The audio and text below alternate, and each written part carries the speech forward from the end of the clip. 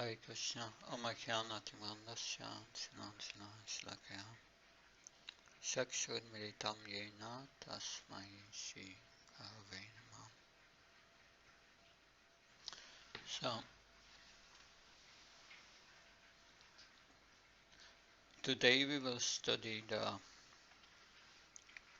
second part of the second canto of the first canto. So, chapter 2, Divinity and Divine Service, verses 11 to 16.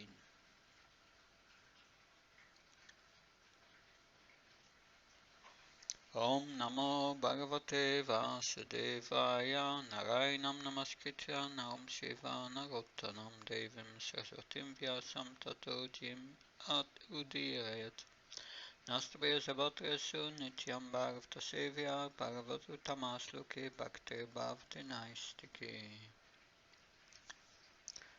So in the previous class we heard Srila Prabhupada stating that Srimad Bhagavatam and Krishna, they are the sum total of all things.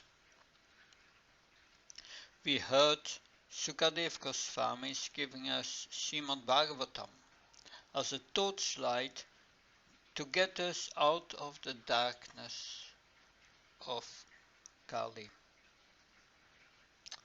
So the Bhagavat Puran of the Bhagavatam is the science of devotion. And what does the Bhagavatam offer us? The Bhagavatam offers us attraction to Krishna. And that so attraction to hearing about Krishna, attraction to Krishna. So we will hear more about this attraction in our next class.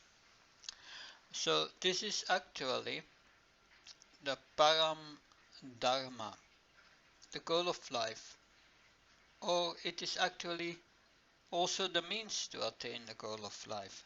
Devotional service is the highest Dharma.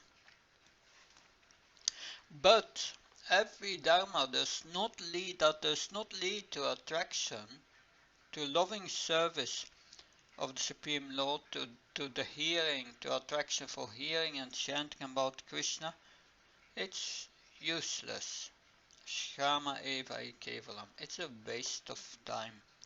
So Srila Prabhupada said in a lecture, the occupation of the body, the occupation of the mind, the occupation of the intelligence will not give us satisfaction.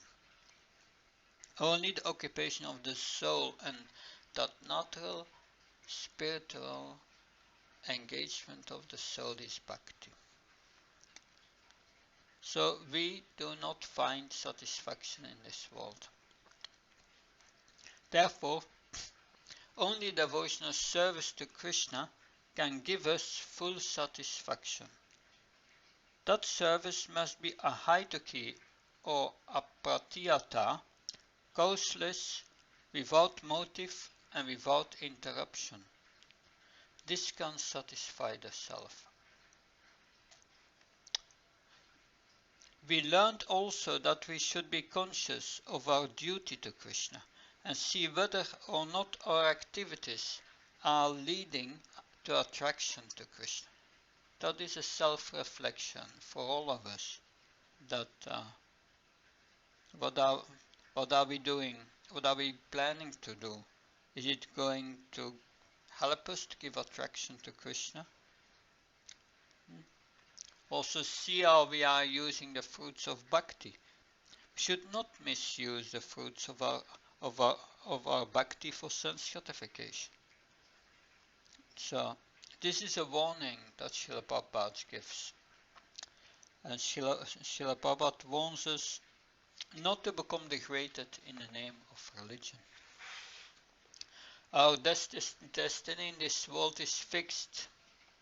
You cannot change it. But we can change our consciousness, we have learned. So this is the point, and especially in the next class we will see this change of consciousness, this change of heart. We heard that the purpose of our existence is to inquire about the absolute truth. But what is that absolute truth? That's explained in text 11. Vadanti tattva vidas tattvam yajnanam advayam prameti paramatmeti bhagavan iti sapyate. Learned transcendentalists who know the absolute truth call this non-dual substance Brahman, Paramatma, or Bhagavan.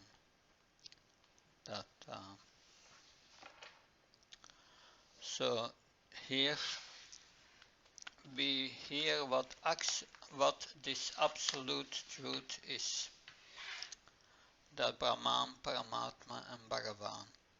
Some of our acharyas say that this verse is also a kind of Paribhasa Sutra verse, a key verse,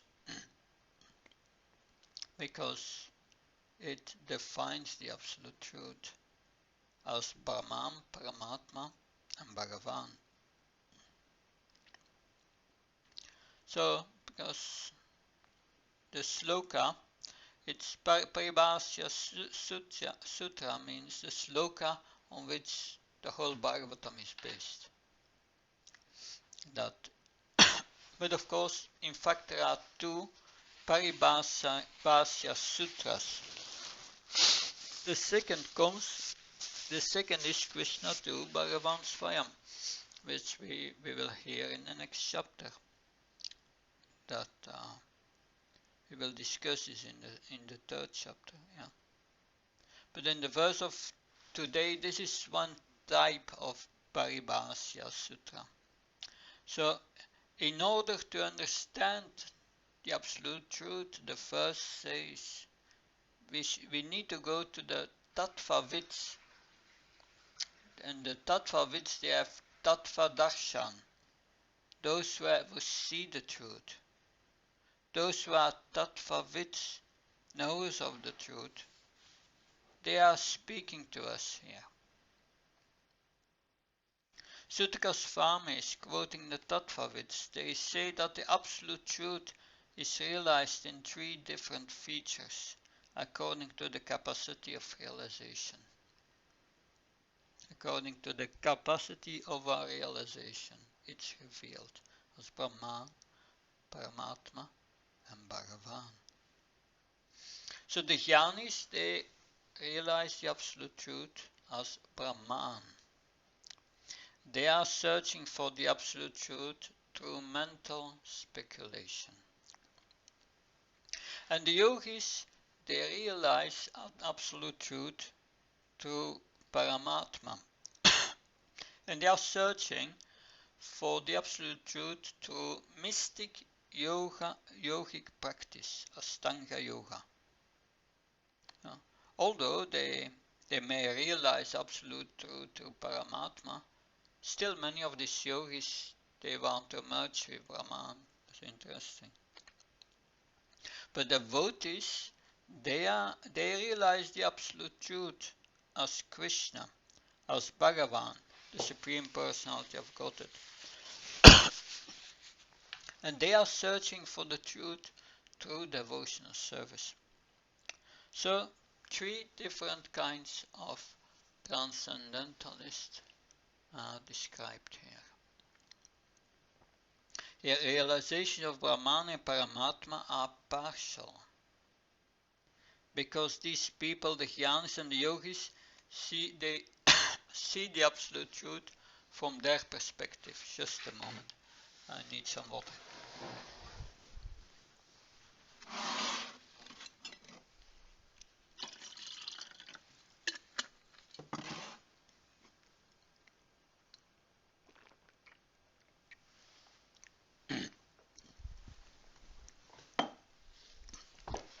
So that is better.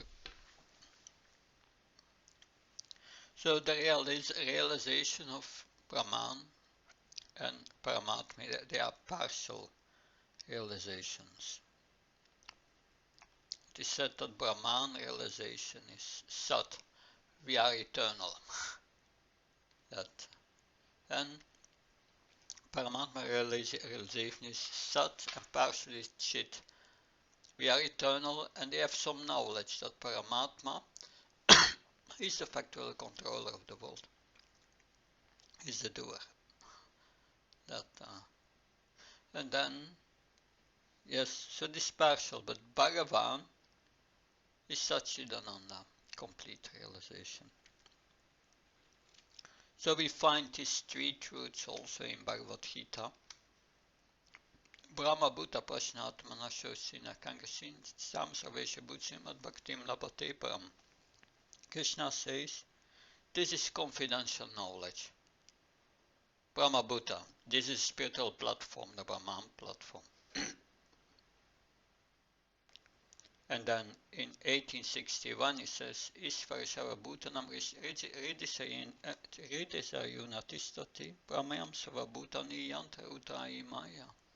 I'm sitting in everyone's heart as a Paramatma, and I'm directing the wanderings of all living beings. And Krishna has said before, I will give you more confidential knowledge. So this is more confidential knowledge. And then he says, the most confidential knowledge. Manmana bhavmat bhakto machimam namaskar. Become my devotee and get Bhagavan realization. So this, it's not only here in this Paribhasya Sutra that we find it. Krishna already explained this in Bhagavad Gita.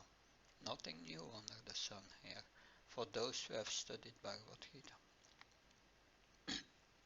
So realizations of Brahman and Paramatma are partial.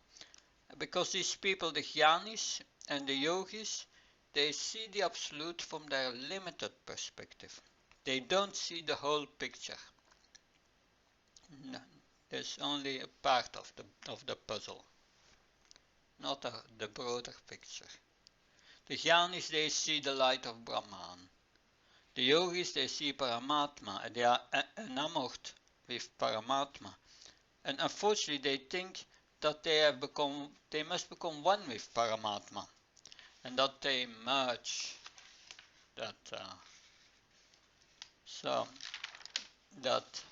But Krishna says in Bhagavad Gita to the Yogis that they should go further. They should understand that and the Paramatma, they are non-different, Krishna says. But the devotees, they see Krishna. And their oneness with Krishna is in their relationship with Krishna as their eternal servant. That is their oneness. Brahman is effulgence and Paramatma is his plenary portion. And therefore the devotees can see the absolute truth in fullness.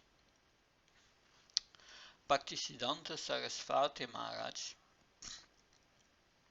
he gives us a nice story in this regard, and Srila Prabhupada repeated that story. There were some blind men, blind from birth, and they encounter an elephant. They have never seen, they don't know what an elephant is. So one blind man caught hold of the trunk. He said, "Oh, an elephant is like a snake, a big long snake." And another blind man got hold of his leg, and said, "No, no, no, an elephant is like a tree trunk." Then another got hold of his ear, and said, "No, no, an elephant is very thin and long." And another blind man who was underneath the elephant said, "No, no, an elephant is like a big house." So, who is correct? Only one who can see the whole elephant. So there are three features, but they are advayam. They are one without duality. What does it mean that they are one? because they all refer to one aspect of Krishna. They are all Krishna. When you speak of Brahman, Brahman is Krishna and is Parabrahman. And Arjuna is saying in Bhagavad Gita, Param Brahma, Param Dharma. When you speak of Paramatma, it's also Krishna. So Krishna is expanding as Paramatma. So the absolute truth is one in this way. The jnanis are satisfied to see the light. The yogis go further and they see the source of the light. And the devotees go all the way. They want to see where this light is coming from. So one time a devotee wrote a letter to Prabhupada and asked Srila Prabhupada, when a devotee goes back to Godhead, does he go through Brahman and Paramatma and all these realizations? An interesting question. And Srila Prabhupada said yes.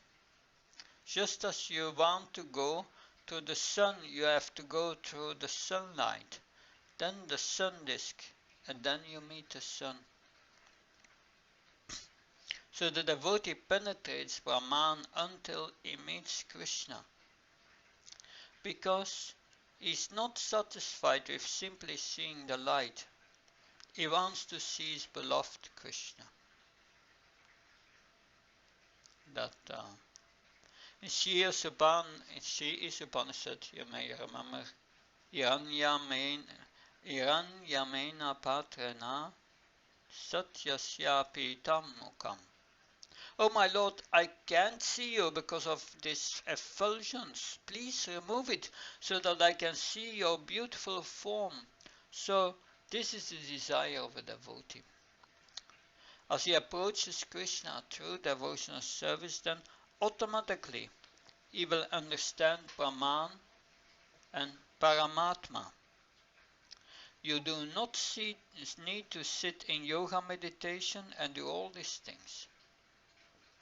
You will realize everything in Krishna. The next verse states who is qualified to have Brahma Darshan, who is qualified to realize the absolute truth. And it's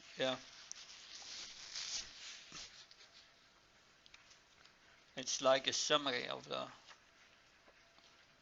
the main teachings of the Bhagavatam. Tat Shradadana Munna Yo Jnana Varahya Yuktaya Pashanta Atmani Shatmanam Bhaktya Shruti Hridaya.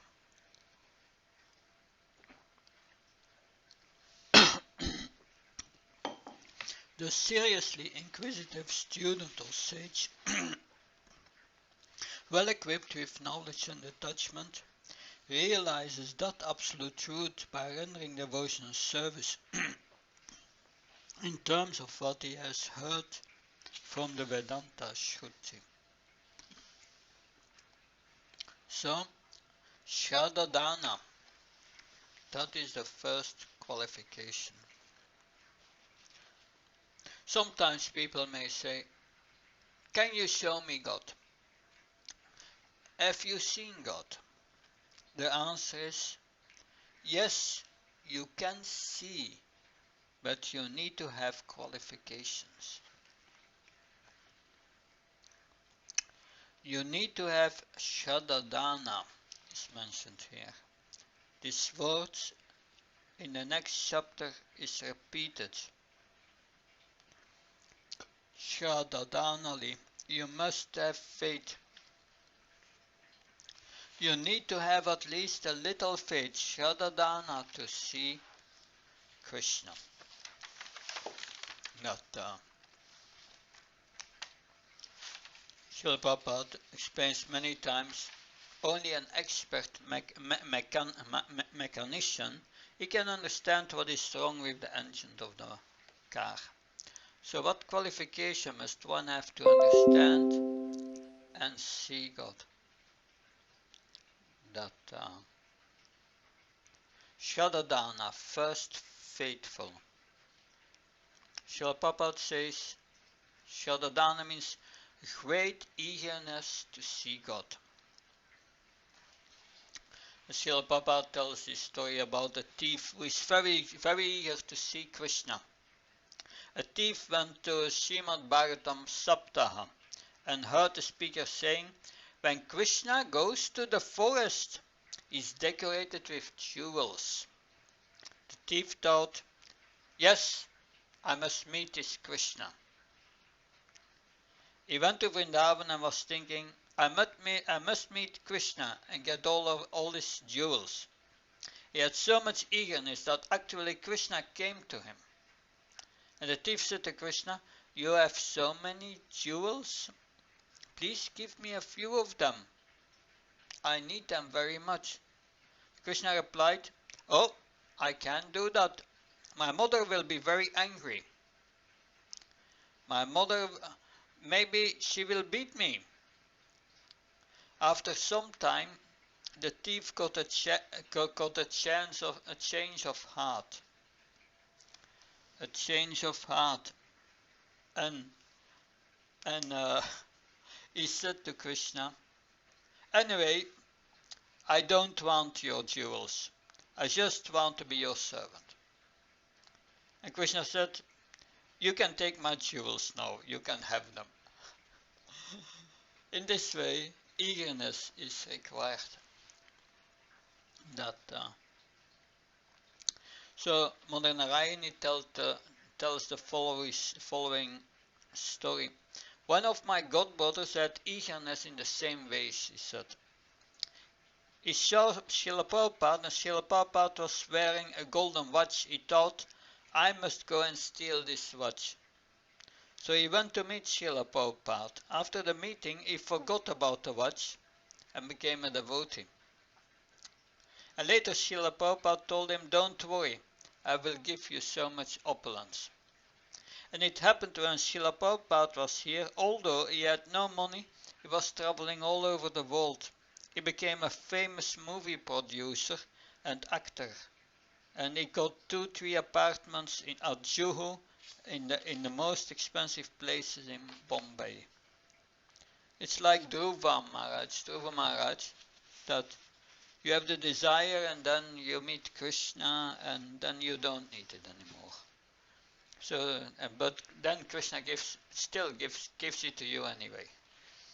No matter what the motivation is, Srila Prabhupada said, if you have this eagerness, Shradadana, and faith, and if you have developed that eagerness, then Munaya, you become a Muni, a great sage. Now, what is the quality of this Shradadana? This is explained in the next line. Jnana Vairagya Yuktaya. This is imbued with Jnana and Vairagya. So we already discussed the goal of life is get to knowledge, Jnana and Vairagya. Sripad Sankaracharya's requirement to study, if you wanted to join the movement of Sankaracharya, you had to take sannyas, Vairagya. First become a sannyasi, and then we will talk about Vedanta. So that was Sankaracharya. Of course, our Bhakti school does not have that condition. The Jnanis and Astanga Yogas, they do not accept Grihasthas, according to Srila Prabhupada. Only the Bhakti school accepts Grihasthas. Because in our tradition, the Grihastha is an ashram. Now, what is it that we must renounce? What is renunciation for a devotee? What is the thing that keeps us in this material world? Our desire to enjoy separately from Krishna. Mituniagar, shackles of sex life, desire to be worshipped as Krishna. Mental speculation, envy, malice. Srila Prabhupada said, you must give up the consciousness that I'm the master, that I'm God. Give up your puffed up consciousness. It's a matter of consciousness. It are not the things that are bad, It are not the things that I possess that are bad. They are okay, we can use them. But as soon as we think they are mine to enjoy and for me to enjoy, we are in trouble. Then we get pulled down into the ocean of material existence. Why do we need jnana and vairagya with bhakti? So, Bhujan Prabhu made an interesting statement here. He said, without jnana you don't know what to do. And without vairagya you can't do it. You need both, because vairagya, you don't have determination to do anything without vairagya. Of course, bhakti is independent. It does not depend on anything. If you have bhakti, then automatically jnana and vairagya become manifest. Another point is that this bhakti, Srila Prabhupada said, is not sentimental. Srila Prabhupada would say, this is a science. Jnana vairagya yuktaya, a science. This bhakti is based on Shruti. It is not made up. It is not sentimental. As Srila Prabhupada Goswami wrote, Shruti Smriti Puranati Panchavadim Vina. If you do not follow the Puranas and make up your own method of devotional service, it is just a disturbance in society. Narada Muni says that Bhaktya Shruti Shritaya, according to the Shruti, according to what we have heard. So there are two parallel lines Srila Prabhupada explains, the Pancharatma and the Bhagavat Marga. So Srila Prabhupada in Bhagavad Gita, in the 9th chapter, we know in the purport, says, religion without philosophy is sentiment, and philosophy without religion is dry speculation.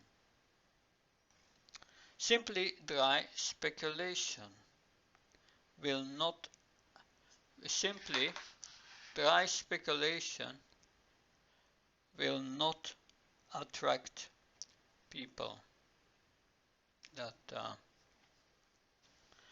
If we simply ring the bell and we have no shravan, no hearing, and no kirtan, no glorifying of the Lord, then there is also no attraction. Temples in India, they are empty, because there is no shravanam, there is no kirtanam, there is no life. Both of them must be there, Srila Prabhupada says. Bhaktya and Shruti. Now, how to make your life perfect? Now, when you have jnana and vairagya and bhakti, what do? That's explained in the next verse, 13. Ata bumbirtvya shesta varnashram vibhagasya svanustitasya dharmasya samsiddhya ritoshanam. O best among the twice born, it is therefore concluded that the highest perfection one can achieve by discharging the duties prescribed for one's own occupation according to caste divisions and orders of life is to please the personality of Godhead. So we heard that the purpose of life is to find the truth. The truth is Krishna. We should do bhakti to Krishna. Now, you know all these things. Therefore, you should please Krishna. That's the point here. So this is the goal of life. This is the perfection. Especially when you are in a varnashram system. We have these qualifications if we have Shraddha, eagerness for Krishna, imbued with jnana and vairagya, then act according to Shruti and Bhakti, and then we can please Krishna. So all these elements in previous verses are important. So, and if Krishna is pleased, then the whole world is pleased. Srila Prabhupada again is describing in this verse, it tells a story from Mahabharata where Krishna became very pleased. So Duryodhana, he was always envious of Yudhishthir and the Pandavas. So one time Durvasa Muni visited Duryodhana in his palace. And Duryodhana pleased Durvasa Muni, and Durvasa Muni said, I will give you any benediction. And Duryodhana asked, please go to visit the Pandavas after Draupadi has eaten her meals. Duryodhana was so happy because she knew that Draupadi had a special pot, and as soon as he finished eating, there was no food left for everyone. So before she finished, thousands of people could be fed, but after she had taken herself, none. So Durvasa Muni, with his 10,000 disciples, they went to visit the Pandavas after Draupadi had eaten. The duty of a Kshatriya is to feed everyone, so Yudhishthir said, take your bath, and when you come back everything will be prepared. In meantime, they are going to take their bath, and Draupadi is crying for Krishna, and she said, Krishna, help me. And Krishna came, and Krishna said, I'm very hungry, and can you please give me something? And Draupadi started to cry even louder, and said, everything is finished, what can I do, she said. Krishna said, let me see your pot. And Draupadi showed the pot, and there was a little tiny piece of sabji, vegetable left. And Krishna took it and ate it, and he felt satisfied, and the whole world felt satisfied. So, and especially Durvasa Muni and his disciples were satisfied if they had eaten, filled up, like it was like they had eaten, filled up to the neck. So when they came out of the water, they said, what should we do? Durvasa thought, I'm not going to mess with the devotees.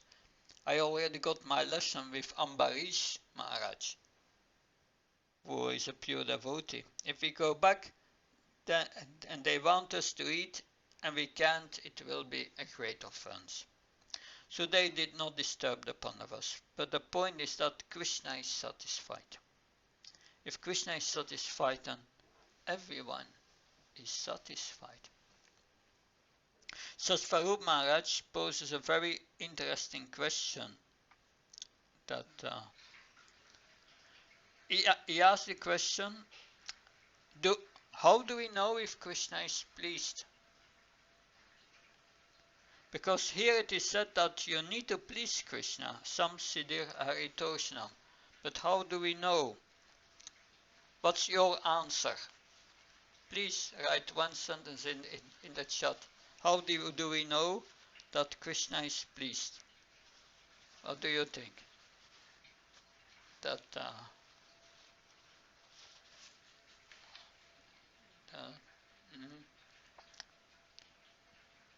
if devotees are pleased, yes. So if the guru is pleased, yes. Yes, that he glances at us from the altar or picture. Interesting. We feel satisfied. Yes, we will feel happy. We will feel happy, true. That there is that verse in Srimad Bhagavatam 11.2.42.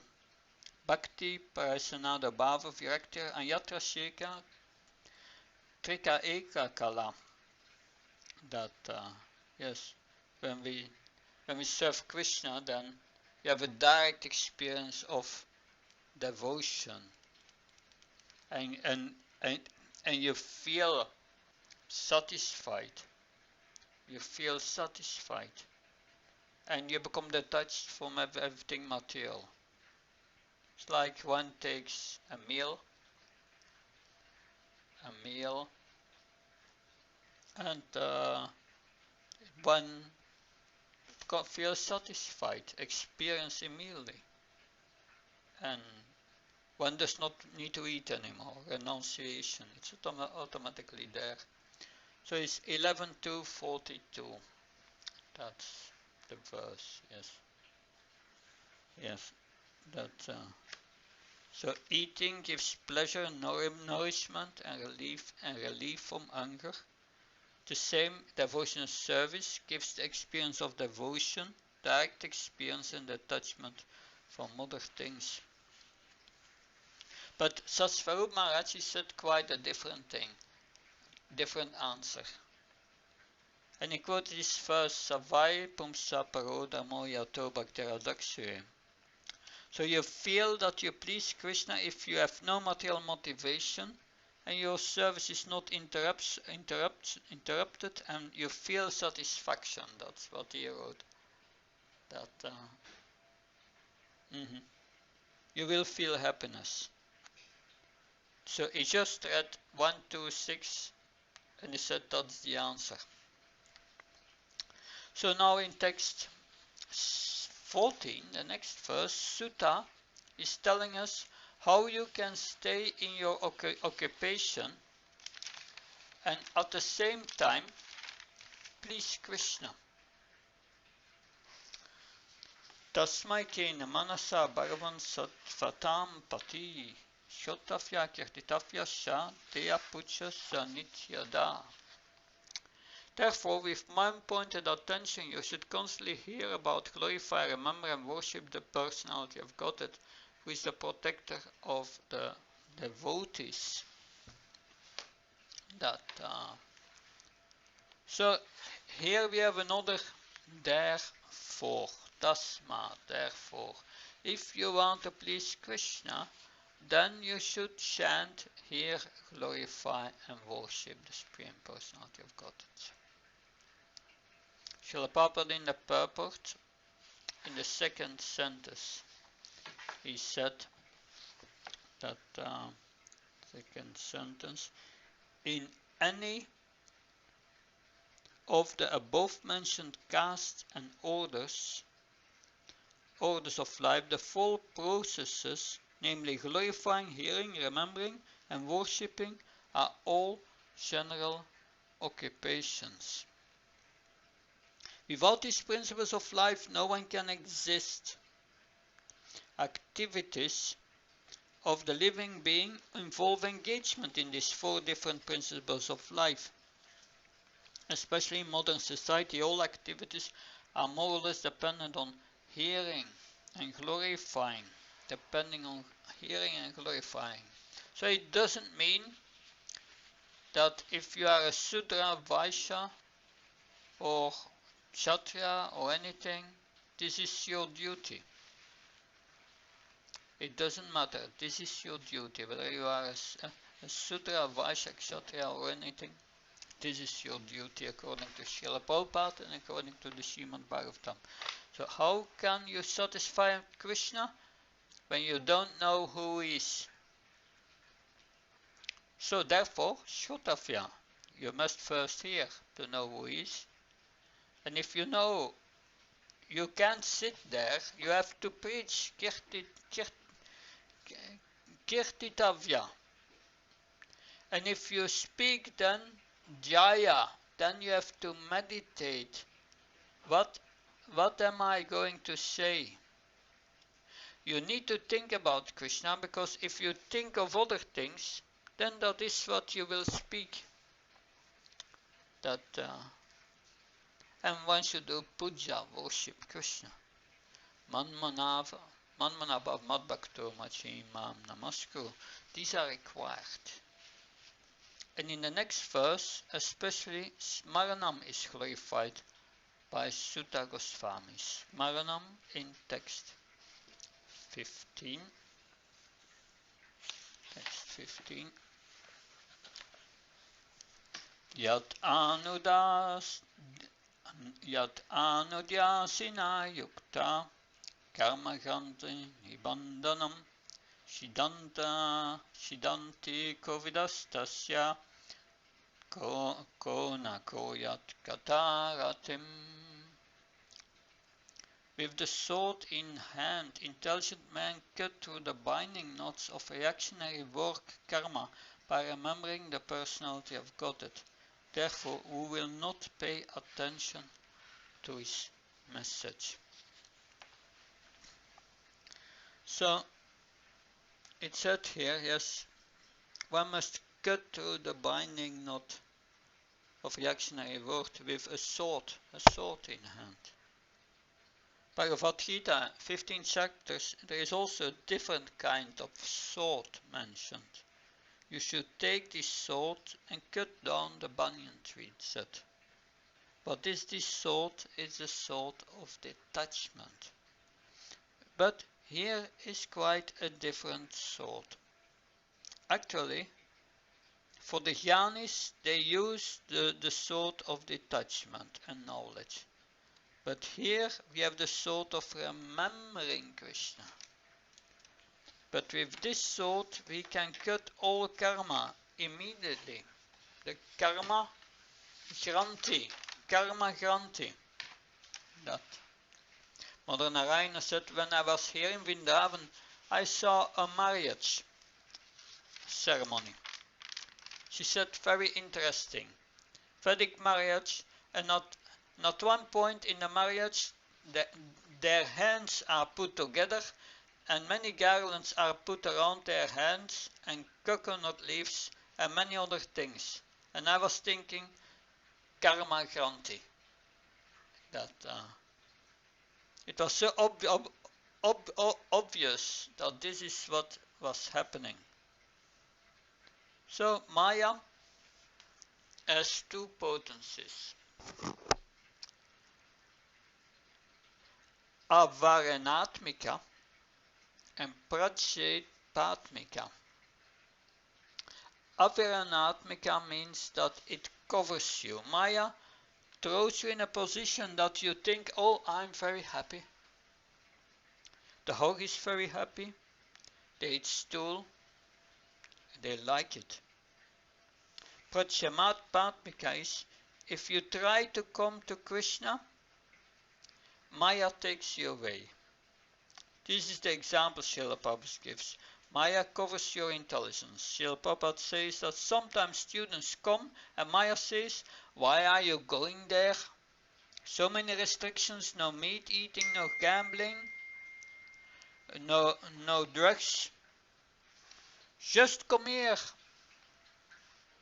and enjoy for some time, for some more time.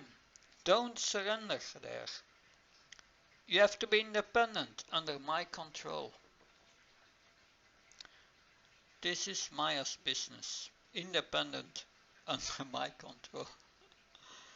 To counteract this Maya's very strong potency, take the sword of remembrance of Krishna. So, who knows this? It is the Kovida, the intelligent person. He knows that if I simply remember Krishna, I'm protected. This is a sword, Shravanam Kirtanam, to cut the karma granti. There is the story of Alexander the Great.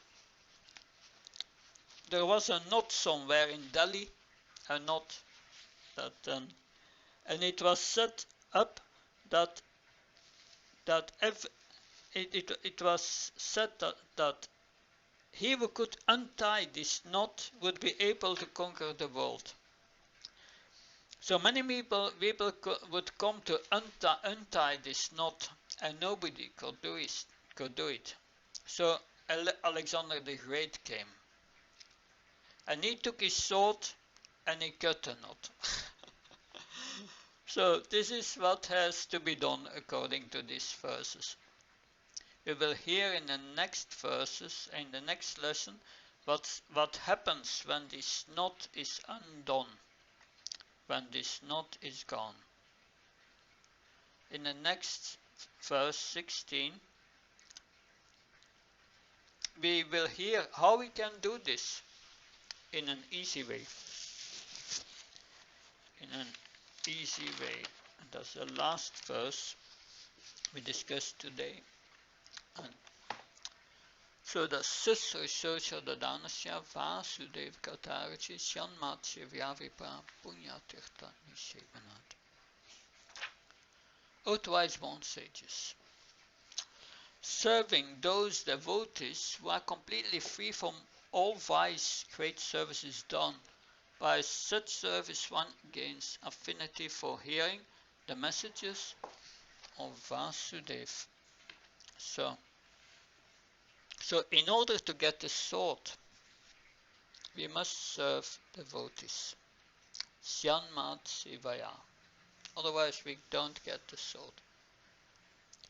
This is how we get the sword. When Srila Prabhupada came to America, he stated that this movement is simply, he started this movement simply by the sword of chanting and hearing. All the religions, they come with the scripture in one hand and the sword in the other. And they say, if you don't accept my scripture, I cut your head. But Srila Prabhupada said, I was not like that. I had a different sword, the sword of hearing and chanting. So this is a different process. This is our process. Yan Mahat Sevya Vipra. Serve the devotee. The devotee has taste. He can give you Krishna. He has a taste and he can give you the taste. And he has Shravanam, Kirtanam, Smaranam, and he can give you that. The last paragraph of the purport, that the servants of God come to propagate God consciousness, and intelligent people should cooperate with them in every respect. By serving the servant of God, one can please God more than by directly serving the Lord. The Lord is more pleased when he sees that his servants are properly respected, because such servants risk everything for the service of the Lord, and so are very dear to the Lord. The Lord declares in Bhagavad Gita 1869 that no one is dear to him, and that one who risks everything to preach his glory. By serving the servants of the Lord, one readily gets the quality of such servants, and thus one becomes qualified to hear the glories of the Lord. The eagerness to hear about God is the first qualification of a devotee eligible for entering the kingdom of God. So it is easy to say, oh, we have to serve the devotees. Because we are attached to our misconceptions, the devotees may ask us something that we don't want to do or follow. One time Srila Prabhupada was on a train in India in first class, sitting together with Tamal Krishna Goswami and other disciples. And one very wealthy Indian man came to see Srila Prabhupada. And he said, Swamiji, please give me your blessings. Srila Prabhupada smiled, and according to Srila Prabhupada, he said, here is my blessing, you become like him, and he pointed to Tamal Krishna Maharaj. Then the man became confused and said, no, this is not what I meant. Anyway, I have an urgent appointment, I have to go. So the blessings that people usually want, they go to the sadhu to cure some disease or get the blessings of wealth or Lakshmi. Different kinds of blessings, but the blessings of renunciation or bhakti, they don't want. Karkishore Das Babaji said the same thing. This rich man came and said to Babaji, I built you a very wonderful hut. Then you can chant the whole day being protected from the sun. because he was sitting in a latrine. This is not a nice place, he said. I built you a nice house. And Gargi showed us Babaji said, so I have to become your tenant? The man replied, no, whatever you say, I'm your servant. Whatever you say, I will do. And Gargi showed us Babaji was a little humorous and he said, oh, whatever I say, you will do? The man replied, I'm your servant. Gargi showed us Babaji replied, told the man, I'm telling you, sit down now and don't go home. And the man was shocked and said, I cannot give up everything. So this was Srila Prabhupada's demands also. Give up your nonsense occupations and just surrender unto me. The sadhu will also ask this. So this is sometimes difficult to follow. Srila Prabhupada gave his disciples instructions and they would ordinarily not capable of following them, but he gave them the power to do it. That is interesting. Good. We have gone to the verses of today. So we will now have a break till 7:05. Hare Krishna, so we can resume. Shivam Prabhu has his hand up, so please speak. Hare Krishna Maharaj, Pranam, please accept my humble Hare obeisances. Krishna. Maharaj, in starting you told a story of elephant and you gave three comparisons. First was snake by his trunk, tree by his legs, and what was the third one? I skipped that. Yeah, the third one, well, where his ears were floppy, and he said the elephant is thin like the ears and windy. Yeah. Yes. Yes. And how does it relate? How are you relating this to the verse? Well, those who only see Brahman, they don't see the whole picture. They see only the energies of God. Those see with Paramatma, they don't see also the whole picture, because they conclude that Paramatma is a controller of the material world.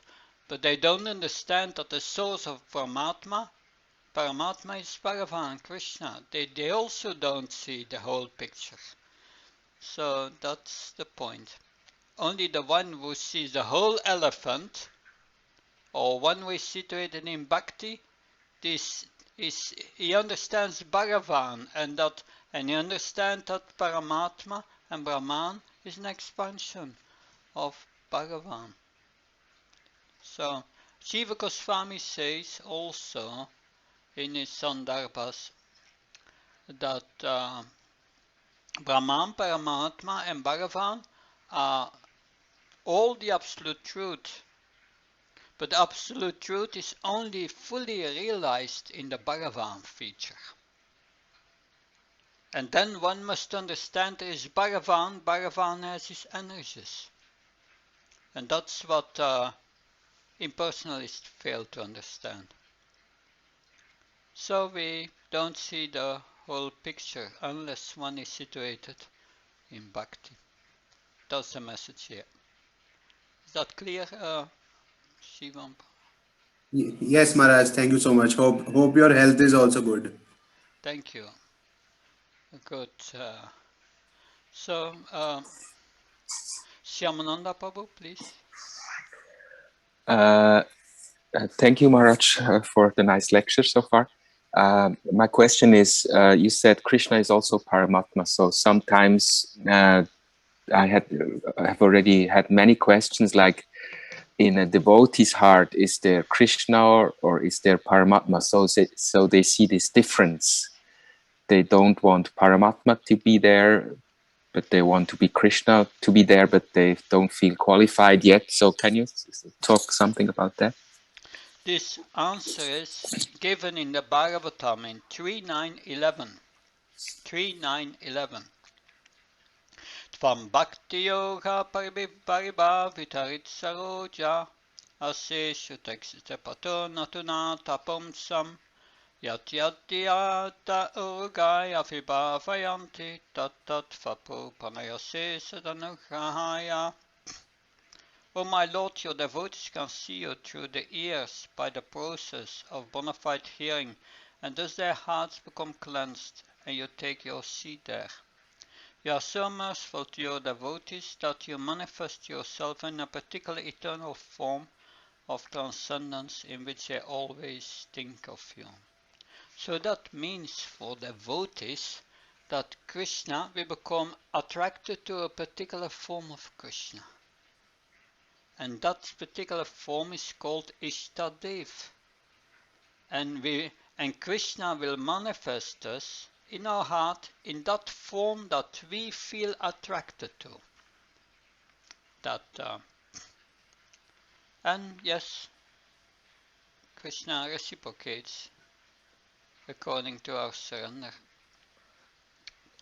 Not only to the level of our surrender, but also our attachment to a certain form. So there's much more to say about that, but I would say that is the gist of the answer that I understand from the scriptures. Does that help? Thank you very much. Yeah. Perfect. Yeah. Then Pratik Prabhu, please. Hare Krishna Maharaj. Thank you so much. I actually had the question regarding same. Like we read about this Brahman, Paramatma, and Bhagavan, and we see that that Brahman people, those who meditate on Brahman, go to Brahma Jyoti. And I don't remember the exact reference right now, but Prabhupada said that it is very rare, but it is possible for the person to jump from Brahma Jyoti to spiritual world without falling down. So is this correct reference, and is it possible that like Prabhupada stated this? Let us That make those who are Brahma realized, yeah. Let us make this clear. What is the qualification needed to go to the spiritual world? It is Ananya Bhakti, devotion. Without devotion, you cannot go to the spiritual world. And to develop devotion, you must have a relationship with Krishna. And to have a relationship with Krishna, you must accept Krishna as Bhagavan. Bhagavan, and which is the cause of Paramatma, and Brahman is his effulgence. So unless you have a relationship with Krishna in devotion, you cannot enter the spiritual world. You may enter the Brahma Jyoti. The Brahma Jyoti is between the Vaikunthas and the material world. It's a zone between. If you read Bhagavatamrita from Sanatana Goswami, this book of Sanatana Goswami, Bhagavatamrita, has two stories. Narada Muni searching for the perfect devotee, but then you have the story of Gopkumar. Gopkumar, who travels from one planet to another planet, and he becomes Indra, then he becomes Brahma, and after he becomes Brahma, he enters the Brahma Jyoti, and he sees that effulgence light, and he enters that Brahma Jyoti, and suddenly he hears some noise. He can't see anything, it's so effulgent.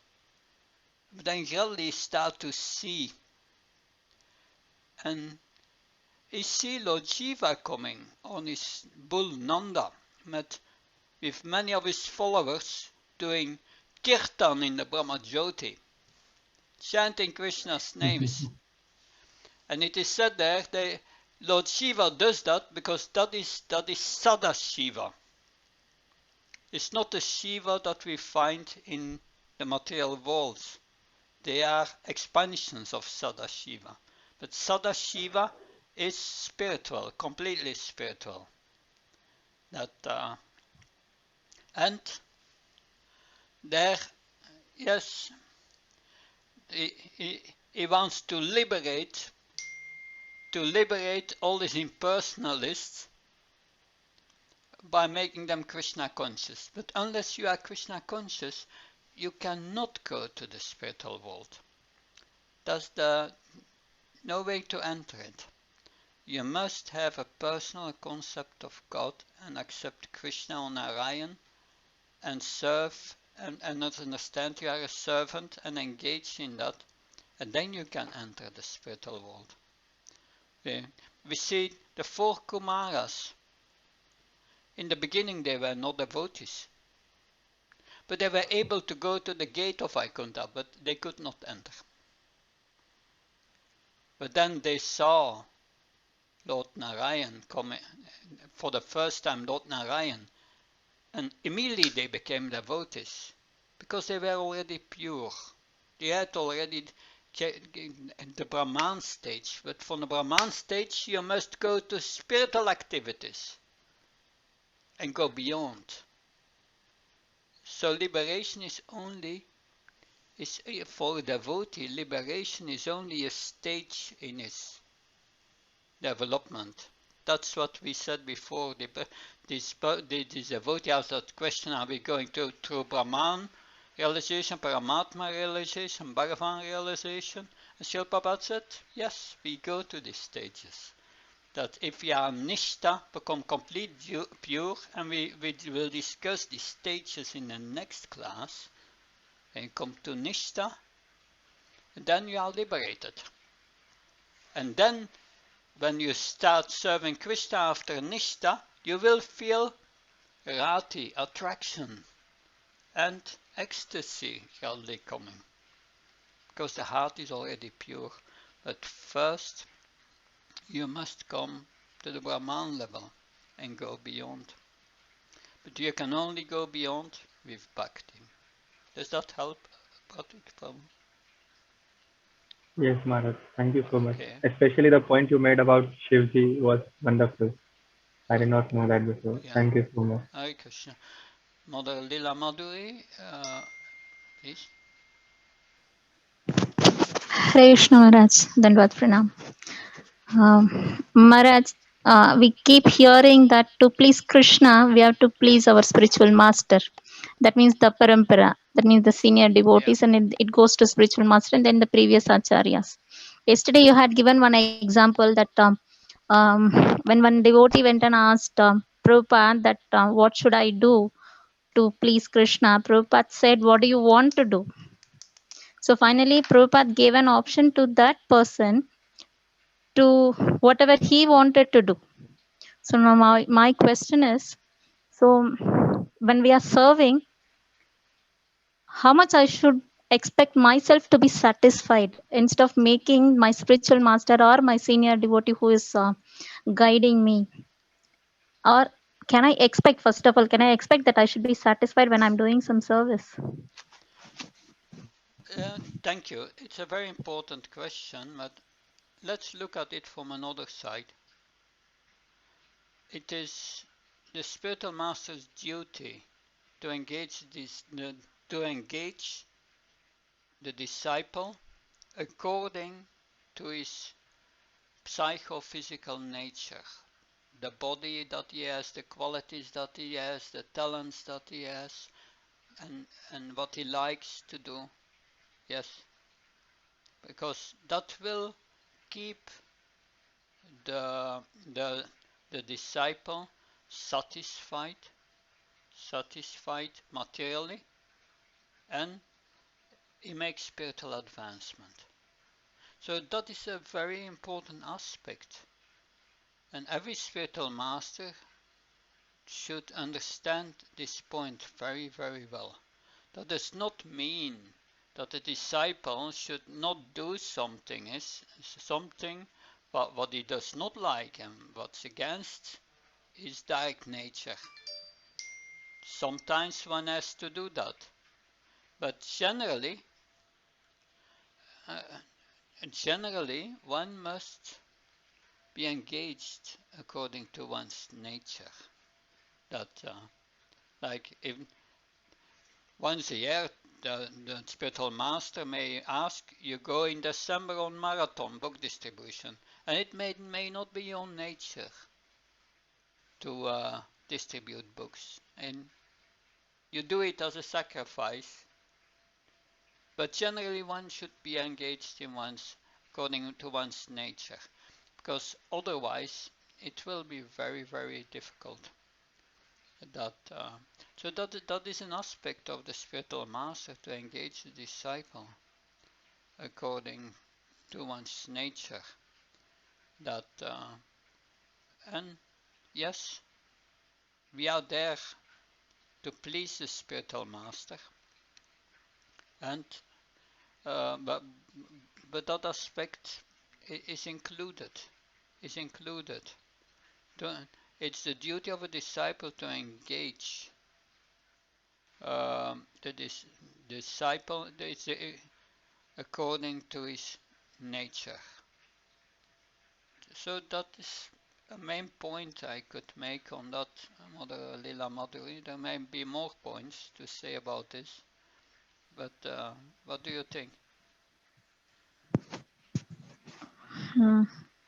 Maharaj, often I get a service which I don't like only, but I give my 100% to do it.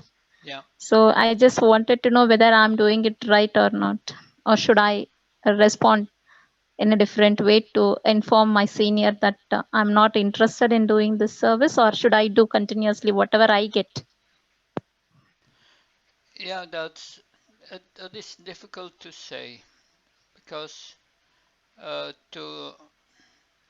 therefore devotees should have mentors who know you very well, senior devotees, and discuss that with them.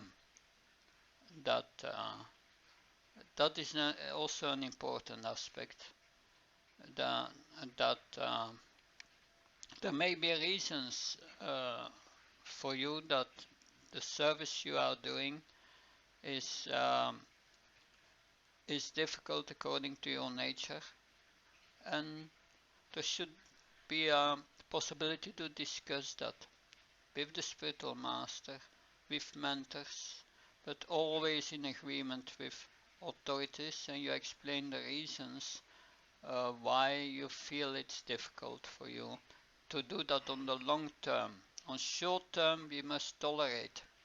Sometimes we get instructions on short time that we should tolerate, but you can't do something for years and years what is not according to your nature.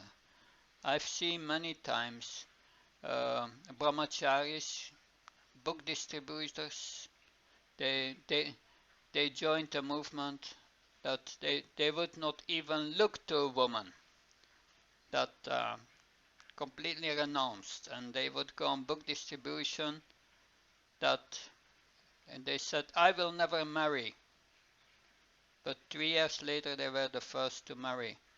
So you can do that for some time against your nature, but finally they come back to the activities they did before, but not in the same way. It's not the same. It's not the same as before they joined. They do it now in a different consciousness. So we must act according to our nature. Arjuna wanted to become a beggar, and Krishna said, this is not your nature. Even if you decide not to fight and you hear that Yudhishthira Maharaj is in trouble, still you come and fight. So that is what I could say on your quite personal and maybe complex situation. Hare Krishna. Thank you. Is that Hare okay? Krishna Maharaj. Yeah. Yes, Maharaj. Good. Mother Anuradha Priya, please. Anuradha. Dandavad Maharaj, Hare Krishna. for such a Hare Krishna. It has been a very, very enlightening and enlivening experience with you. My question is that, you just now said that Bhagavan, Paramatma and Brahma are all the absolute, are all the part, like all the absolute truth. Yes. And it has been said many times, but then why are we so critical towards impersonalists, Yeah, thank you for that very question. critical. So for the impersonalists, there are two kinds of impersonalists. There are the Mayavadis and the Brahmavadis. The Okay. Mayavadis, they say that Krishna takes a form of material nature and is Maya, is an ordinary human being. Krishna says about them, Avachanti Mamudam Manusam Tanam Ashritam. They deride my divine form. They think I'm an ordinary human being. So they are offensive to Krishna, the Mayavadis. And Srila Prabhupada was very strong against them. But then you have the Brahmavadis. The Brahmavadis, they know about Brahman, Paramatma and Bhagavan, but they make the mistake that Brahman is supreme, or they don't know simply what is supreme. But they don't say that Krishna has taken a form of Maya, that they don't say that. They are just ignorant about what's supreme. And these are bona fide impersonalists, we can say. And that's okay. But those who deride Krishna, that these are offensive. And because of their offensive mentality, Srila Prabhupada and all our Guru Parampara is very strong against them. Does that clarify this a bit, Mother Anuradha? Yeah. Yes, Maharaj. One more Yes, question. That right now Mataji was discussing about serving as per our nature. So many times it happens that the situation become very confusing. Suppose it is my tendency to study, so I'm told that why are you studying all these material subjects and why you are pursuing your higher studies? Don't do that. It's a waste of time. Come and serve in the temple. So what is the exact definition of service? And that doesn't get adjusted to my mindset, Yeah, thank so you. that I get your point. That so the question is that always should be there is first what's my nature, but then how am I going to use my nature in Krishna's service? yeah. So these are two things that are if you study, that's good, but why to preach? That should be the goal, not just for ourselves. That so that's we are here to engage in hearing the Bhagavatam, glorifying Krishna, remembering, and give it to others. And that's what we learn from today. Mahat Sevaya. Serve the mission of the spiritual master, which is to preach. So study is okay if that's your nature. In my personal astrological chart, I don't want to put myself in the center, but I just want to explain my chart and how I learned from that, how to engage myself. I don't need these charts to learn it. It's just my nature. But I've Saturn and Jupiter in Sagittarius in the 12th house, and that means Saturn means renunciation, and Jupiter means teacher. So I'm a teacher of renunciation, Krishna consciousness. That's my nature, and I've in the 5th house in Mercury in his own house, which means great intelligence. So I'm using my intelligence to engage in study and preach Krishna consciousness, because I'm a teacher by nature, and it's natural for me to study. So I use these abilities in the service of Krishna. But it should be in the service of Krishna, otherwise Shama Kevalam. That is what we have used today. Use it in the service of Krishna. Don't study because it's just your nature. Study with a plan to use it in Krishna's service. Yeah. So Yes, Maharaj. that is the main point. That does that help? That's what I can say for what it is worth. That's okay. Yes, Maharaj. Thank you so much, Maharaj. Okay. Wonderful. Mother Ambika, please. Thank you very much, Maharaj. I wanted to ask, in the beginning, I think it was around 1112, there was about faulty process. So is the faulty process the process that leads to the lower realizations like Brahman, Paramatma? Or how was it described again? I'm not sure if I got it right. You speak of a faulty process. Where is that mentioned? I think it was mentioned on the class, but I'm not sure. Yeah, I just wrote it down here to ask what does it mean. And what is your question again? Can you phrase it? Then could you describe the faulty process? Yeah, there are so many faulty processes that, but what we explained is that Brahman, the goal of Brahman is the goal of the Hyannis. And the Hyannis, they think that merging with Brahman is becoming God. That's a mistake they make, and that's fault. That's fault. That's faulty. They don't understand that Brahman is only a part of the absolute truth. And similarly, the yogis make the same error.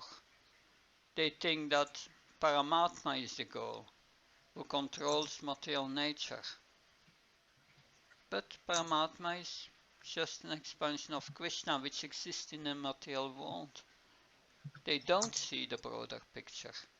So these yogis, they realize Paramatma is in control. And what then?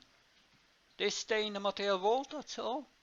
You don't get out of it by knowing that.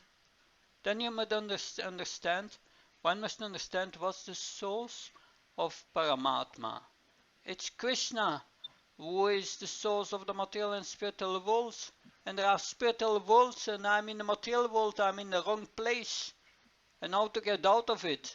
I need bhakti so they need to understand all these things after that, and mostly that doesn't happen. They get into mystic powers, and yeah, it's all for nothing. Therefore, it's a waste of time. Does that help to understand that? Yes, Okay. yes. I just wanted to confirm if I understood correct. And I have another question as well.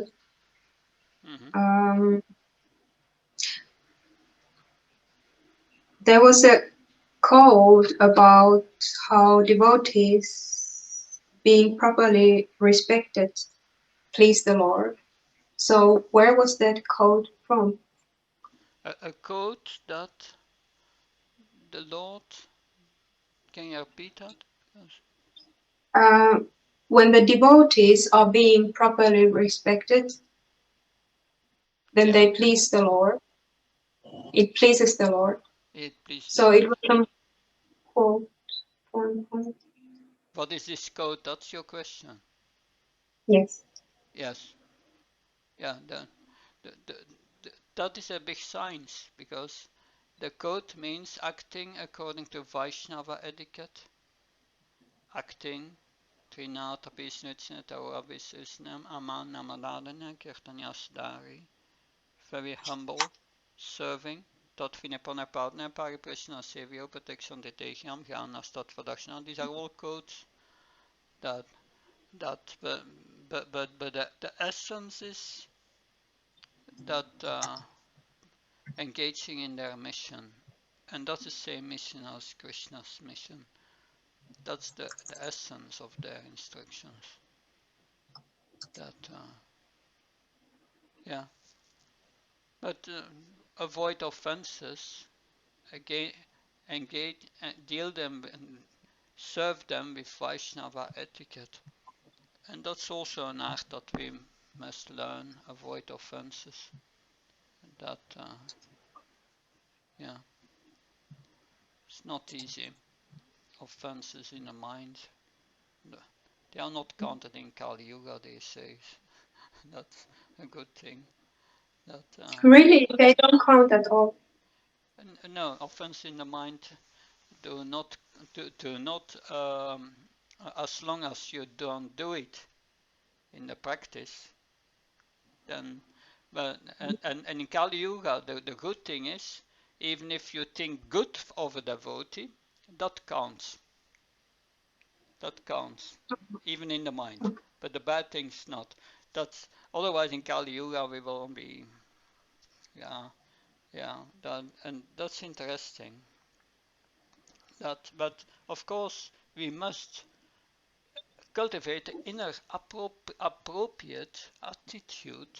Otherwise, if we have an inappropriate mood, that will come out also, and then it becomes offensive. But this is a big subject matter. It's sadachar or brahmachar, how to act as a devotee, as a spirit soul.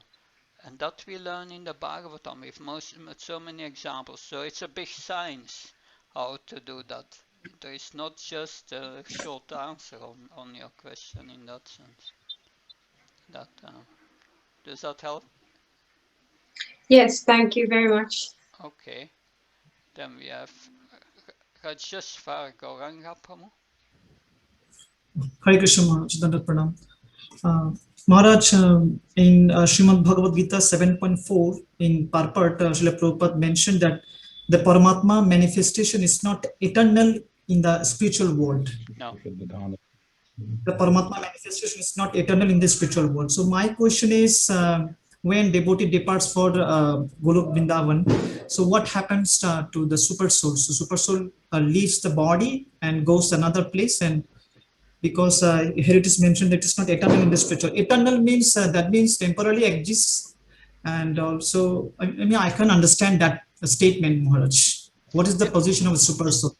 But Krishna is present in every atom in this material world as a super soul, and is between the atoms also. But in the spiritual world is also all pervading, but there is present as Krishna directly. So that is the difference. Yes, here we deal with the super soul. But of course, when we just had a discussion a few moments ago, for Krishna, for the devotee, the super soul becomes Krishna, the form in which he is attracted to.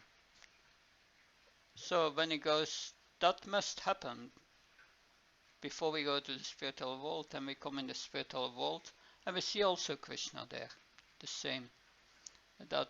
How this happened, it's mystical for us.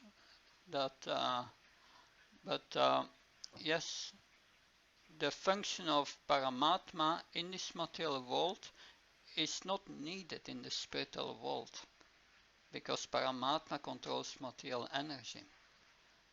But Paramatma gives also spiritual instructions to the heart, and we can hear them and feel it as we become pure, that we can know that Krishna is in the heart, that if we perform devotional service, we become satisfied, and it's Krishna giving that satisfaction. If we do material things in a mode of passion and ignorance, then we get angry and so on, and dissatisfied. That's also Krishna giving that. But that's in the material world, but in the spiritual world that's not needed. There you have Krishna directly. But it's not that, oh, what happens with the super soul? The super soul is all pervading, but Krishna is also all pervading, and super soul is an aspect of him. That in the spiritual world is also all pervading, but as Krishna directly. So there's just a different manifestation. That yeah. But there is a transformation in the heart of the devotee. The super soul becomes Krishna in the heart, and then he brings us back to the spiritual world. But Maharaj, yes. Here it is mentioned, it's not eternal. It's not eternal means sometimes it can manifest or sometimes it's not, something like that, Maharaj. Otherwise, why it is mentioned that it's not eternal in the spiritual world? So that means sometimes but that can be. That we will understand in the second and third canto, the creation, the three Purusha avatars, that Kshirodakashaya Vishnu is the super soul. So from Garbhodakashaya Vishnu comes Kshirodakashaya Vishnu, and then Kshirodakashaya Vishnu expands and becomes the super soul in every atom. So there, that explains how that goes. And the annihilation is the reverse. The reverse. Kshirodakashaya Vishnu will go back into Garbhodakashaya Vishnu and back in Mahavishnu. So that you will study in the second and the third canto. Does that help? Yes, Maharaj. Thank you so much. Okay. Then we have Krishna Doya Prabhu. Hare Krishna Maharaj. Hare Krishna. Yesterday you were mentioning about four yogas. Karma yoga is the occupation of the body. Dhyana yoga is for the mind. Jnana yoga intelligence, and Bhakti yoga soul. Right. Yeah, and then what about the karma kanda? Karma kanda is also like for the body, right? And I also saw Prabhupada's purpose. Karma overcoated with devotional service is called karma yoga. And in our understanding, devotional service means for the soul, right? So could you elaborate further on this? Well, this karma yoga, jnana yoga, and so on, they can be dovetailed, be used in Krishna's service. Then they become bhakti yoga. So in the third chapter of Bhagavad Gita, Krishna speaks about karma yoga, but we must understand that there are different levels of karma yoga. The lowest level of karma yoga is nishkam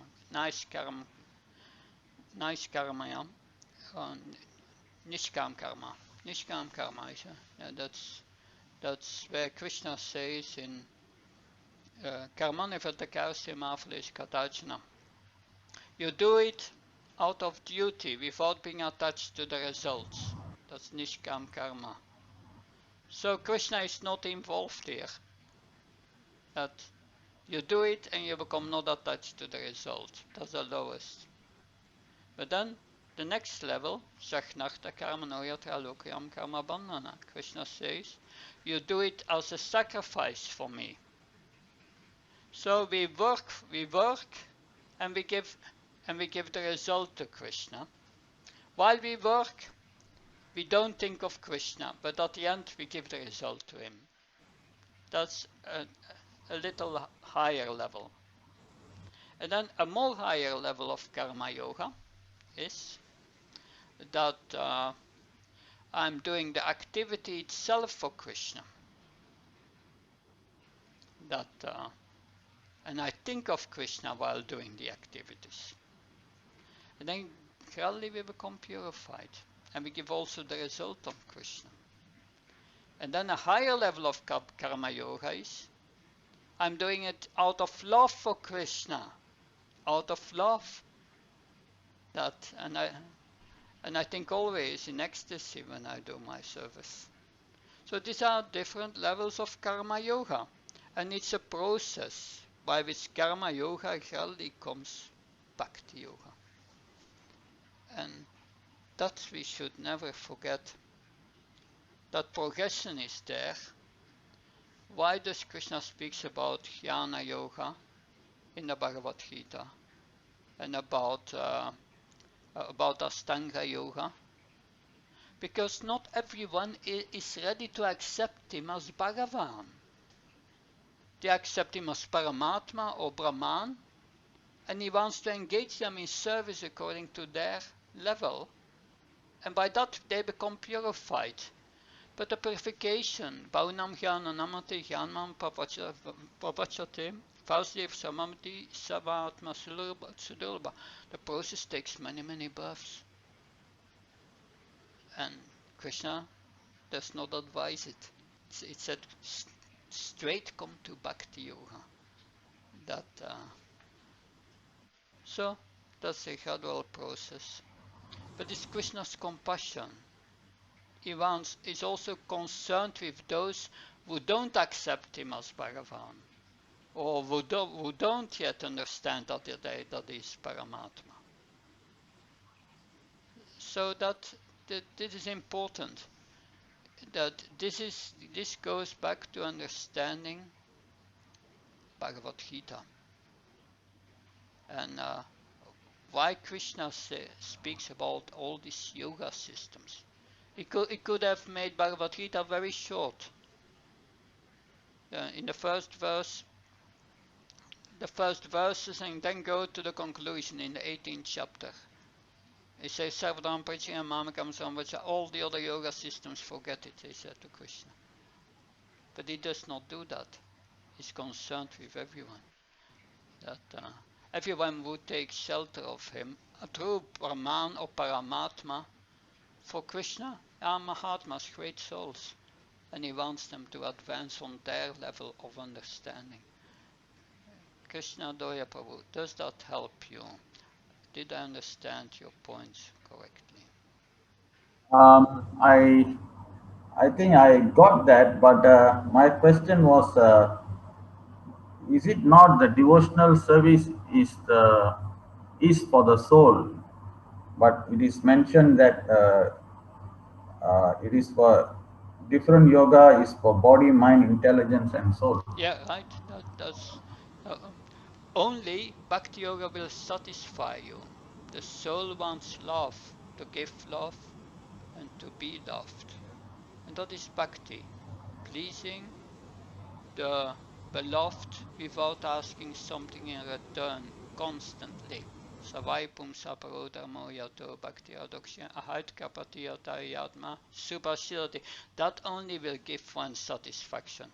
And all the other processes are for the body and the mind, which are temporary. It's the use of time. It's losing one's time completely. And that's what the Bhagavatam points out. Don't do it. Forget about it. That is very strong in the Bhagavatam. Yes. Is that okay? Okay. And one more question on today. is about the jnana and vairagya. You said jnana without jnana one can't do anything, and vairagya as well. Yeah. But bhakti itself is independent of anything. It is causeless. Right.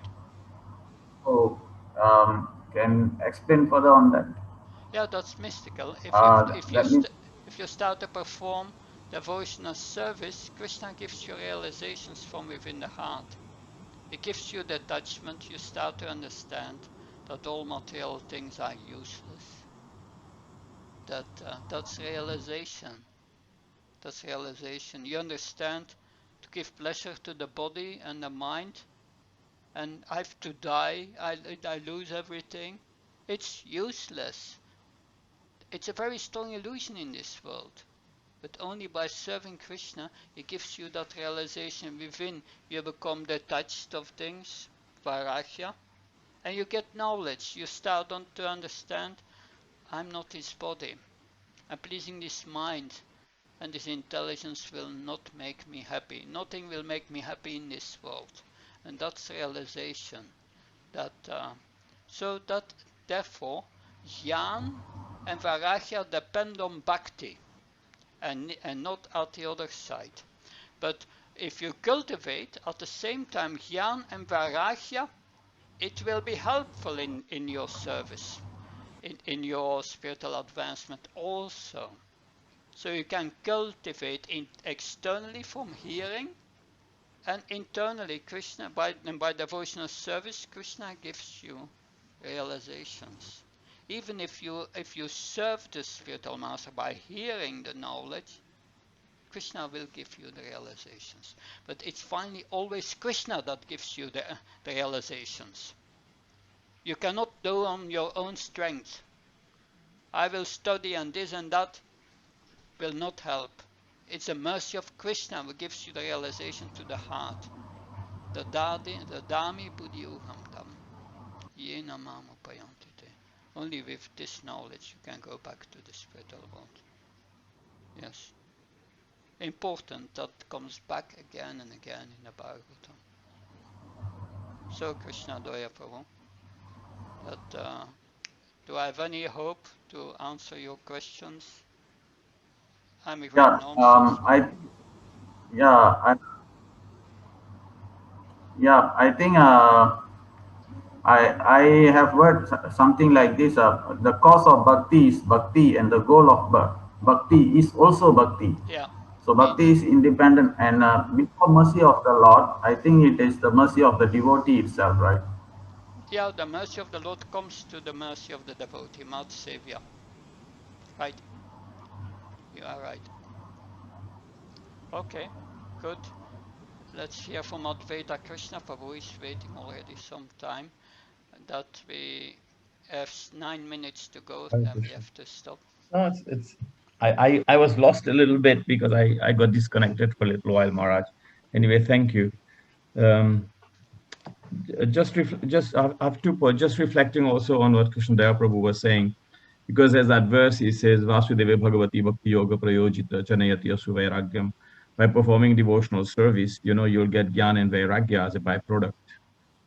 So I Yeah, I was also, so just a reference. I don't know whether I'm answering, but just contributing. But my question is related to this verse 16, yeah, where it says, Syan Mahat Sevaya Vipra yeah, Punya Tirthani Sevayat. Is that like a condition? I feel in my heart, in my understanding, that we cannot separate service to Krishna, or we just have a one-to-one relationship with Krishna and then forget the devotees. I feel like this verse, I want your comment on this, Maharaj, is like it says, by such service one gains affinity yeah. for the message of Vasudev. So does that put us in a situation to understand that our relationship with the devotees is like a prerequisite, it's like a condition for us to be able to approach Srimad Bhagavatam, understand the message of Vasudev? Because it says, by such service one gains affinity for the message of Vasudev. So I Yeah. just want your comment on that. I've seen many times devotees who after many years they lose taste. Why do they lose taste? For many years they have been chanting, they are following the principles, and they are studying, reading the books, but they have no taste. Why is that? If I look at these devotees who say, after so many years I have no taste, I have two observations. The first thing is, how can you do that for 30, 40 years without taste? Not possible. The second thing of my observation is, they say they have no taste, but they are not engaging in the mission of the spiritual master. They are not connected to the temple. They are not doing service. They are not going on book distribution. They are not organizing programs. They are not preaching. And that's why they don't have taste. Mat Sevya means engaging in the mission of the spiritual master.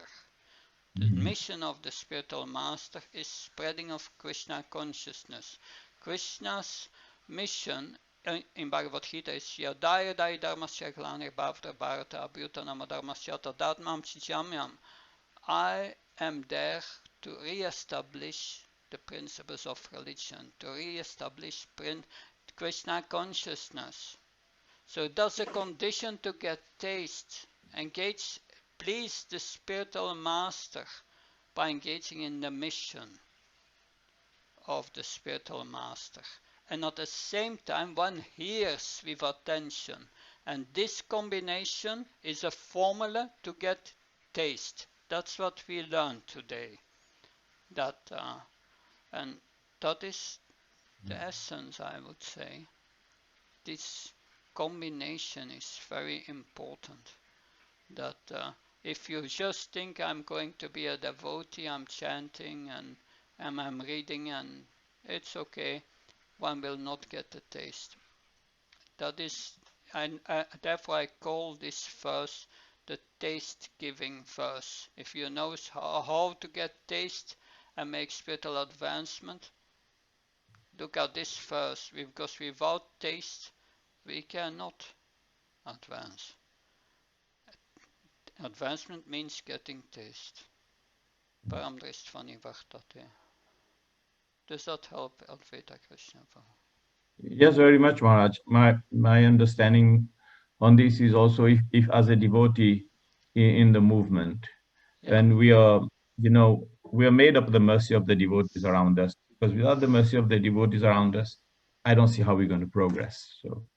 So I think also, we have to kind of resolve and deal with issues that we may have, because depending on what services we get involved, there's always problems and difficulties. But if you resolve all these things, I found in my own life, I was studying very impetuously for many, many, many years. And I asked Guru Maharaj, and I asked him, I said, I jump from one to the other. How do I study in a systematic way? Many years ago. And he told me something. He said, you should study in a mood to increase your service. And that changed everything for me. He said, so, and then he also said to me, he said, just make sure that all your relationships are very nicely harmonized in devotional life.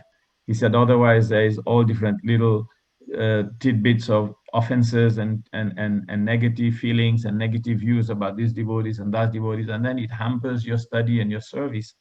So that verse always had a big impact on me, that Shan Mahat Sevaya Vipra Punya Tirthani Sevayat. So I thought like to hear from you again. Thank you for sharing your realizations. Thank you. I myself far of these realizations, but it's true what you are saying. Thank you. Mother Ambika, maybe you will be the last.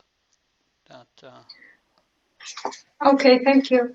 I still wanted to go back to that topic about the spiritual master who engages the disciple according to the disciple's psychophysical nature.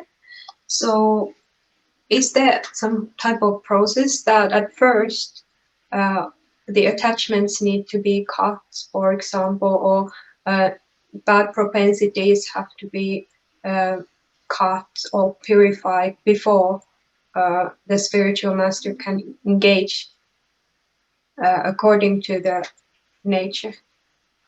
No, that's what Krishna says in Bhagavad Gita. every duty there will be faults. Yeah, the spiritual master may give you certain assignment according to your psychophysical nature, but because of our previous condition, we make so many offenses in that, and we don't do it properly. But still, it will purify us, and we get some reactions also. But that's the process. That is the process. We are not perfect, but we get better just by engaging according to our nature. And then we will make offenses and become proud or whatever. And and during that service, so many bad qualities will come, but it will be like Kaliya, where all these heads come up and Krishna dances on it and breaks them and forces them to get down. And that's how we learn. Because if we are proud in our service, then Krishna will give us suffering. He doesn't want that. And we become purified. We become purified. We understand them, yes, I should not do that. It's so embarrassing sometimes. I went to so many things in my so-called spiritual life, so many embarrassment. That yes, but we make errors. We learn from them in Krishna consciousness. That's the path of purification. Thank you very much. So I was happy to be with you today. I don't know if you have been communicating, but next week, Friday, I have to undergo surgery. So I will be with you till next week, Thursday. So thank you very much. Maharaj, just a very small question if you allow. Yes, please. Uh, you were telling that why Krishna mentions Karma Yoga, Jnana Yoga, and other yogas, that was to make them purify in that yoga only if they are not able to join Bhakti Yoga. And also, you told that why Krishna takes 18 chapters to reach Mam Ekam Sharnam Vraja. So, what was the reason you were telling for this? Well, we need to understand that the Jnana Yoga, let's start with Karmakanda. Karmakanda says, yes, you perform you perform the rituals described in the Vedas to get material sense gratification, higher sense gratification. So the Karmakandi does that life after life, but at certain lifetime they may come to the realization, oh, I'm doing always the same, I'm dying, I'm taking birth again, that I want to get out of it. And then they start to study the Vedas. They come to the next level, Jnanis. The Jnanis, and studying Vedanta Sutra, becoming renounced. I'm not this, that. I'm spirit, I'm different from matter. And I renounce all matter. So they then realize that they are not a body, they are spirit. But then after many births, they come to the realization, if they are fortunate, I'm spirit, but now I want to experience being a spirit soul. And then they go to the next yoga, Ashtanga Yoga.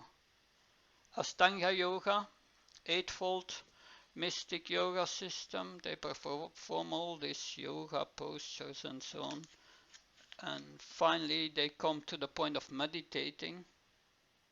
Material desires are gone, they become meditators, and they find the super soul in the heart. But like I said before, what's the use of seeing the super soul in the heart? You still remain in this material world. Then they must pose the question that who is the super soul, where it's an expansion of Krishna, and then they can go to bhakti. So they are all stages of coming to bhakti, and therefore one realization can go to the other, and that has to be understood. But mostly that does not happen. Krishna says, don't waste your time with it, come to bhakti directly.